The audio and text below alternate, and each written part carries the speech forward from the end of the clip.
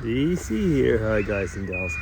Hey, hope you're well. I have just come back from a walk where I went and did some last minute shopping. We'd forgotten one or two things, so I walked into town into one of the stores and got a few things that we missed and came back.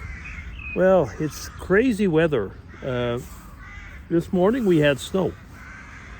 Last weekend it was summer weather. I mean, it went up like to 27, 28 Celsius.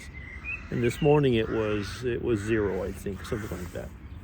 So, yeah, snow this morning. That was amusing. But then again, people are all surprised. And I'm telling them, this is April.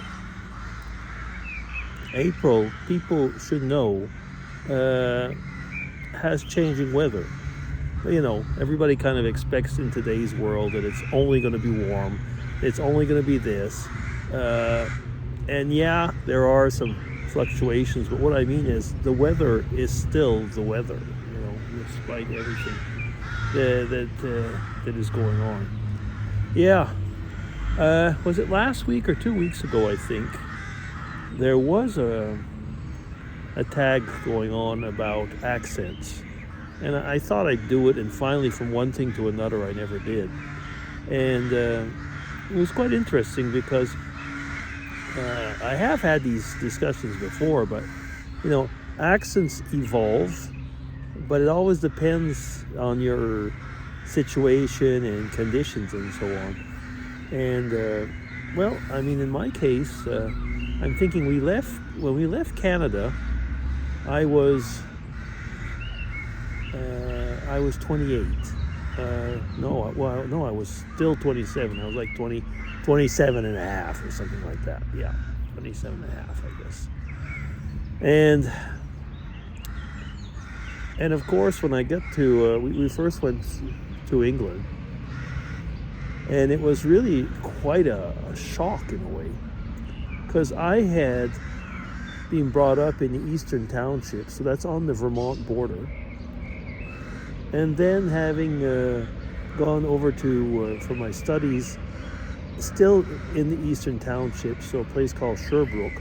So the English-speaking accent there was very much an American, I was going to say very much a mixture between Canadian and, let's say, Green Mountain American accent. Because already we'd say the people that lived in Montreal had a different accent if they were speaking English. Now, I'm not even talking about French, because of course when I was there, Quebec French was also very regional. And it's interesting because now that I live in Switzerland, accents are extremely regional here. But anyway, when I was in England, there was all these different ways of saying things. Leicester was pronounced Leicester. Gloucester. Actually, we had no idea when I was in Canada how you would pronounce those words. Worcestershire sauce, and some would just say Worcester, because the town would be Worcestershire. And in Canada, we'd say Worcester or something like that. Nobody really knew how to pronounce it. What we would call this is not even to do with accents, but it's the way of saying things. Of course, tire was written with a Y in England. Seeing glasses were spectacles. And that's amusing, because if you go into Ireland, they say glasses, and so on. But listening to the people was really interesting, because you really got quickly into it. And if you go to a store, if you went to a shop, you'd have to, open your ears, because everybody would be calling you, oh, yeah, how are you, love? How are you, love, this morning? And stuff like that. But the accents, yeah. After a period there, I realized I was speaking in the way to be understood. And my accent, vlogger's itch. And my accent was changing a bit. Okay, moved over to Switzerland and Geneva, which is the French part, but there's loads of English-speaking people. And there was mixtures of Americans and Brits and so on. And the language that I worked with was English all the time, always with English.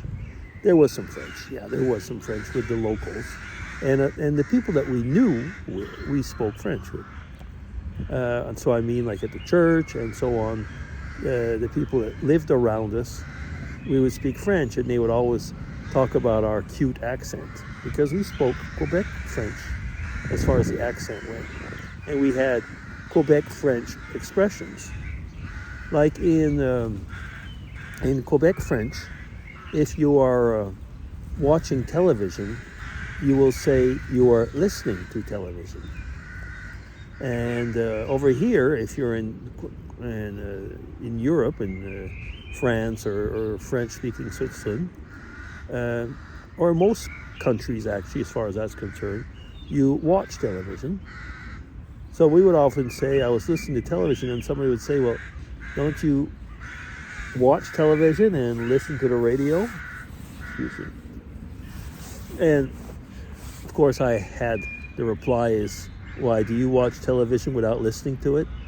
You know, there was always an answer, but it was a regional thing. And I've been seeing on Facebook, for example, when people from Quebec are writing things, they will say that they were listening to television.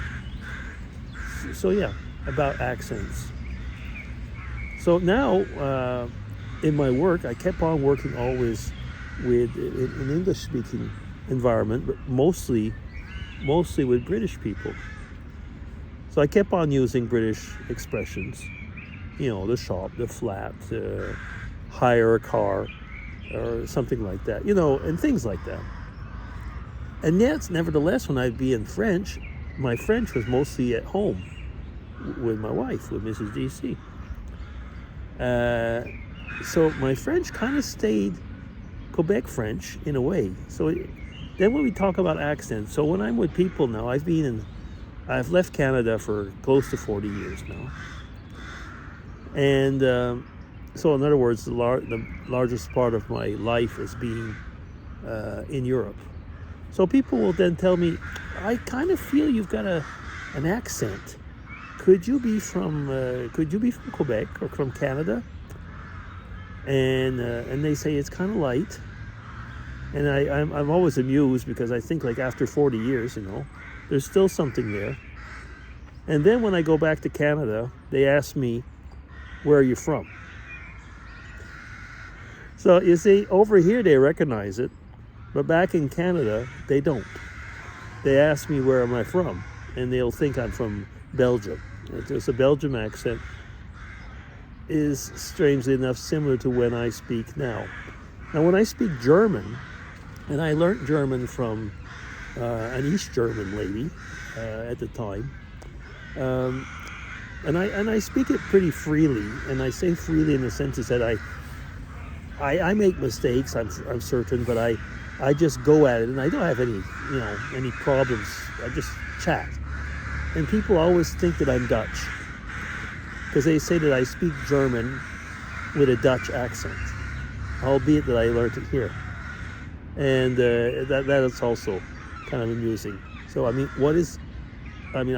worked with a lot of Dutch people. I know their accent. And I realize that when they speak German, yeah, there probably is something. Flogger's itch is getting me today.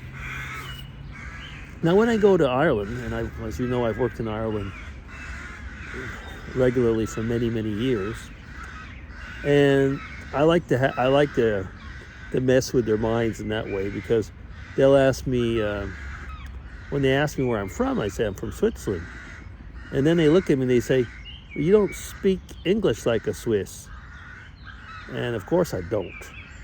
So then I say, well, how do I speak English? And they say, well, you're not American, and you use words from continental Europe, but you're not Australian, but they don't say Canadian. You know, they get confused. They think, well, okay, so you're Swiss, but you were in England. They knew that. They know that. So they think that that's the English influence. So it's amusing. It is.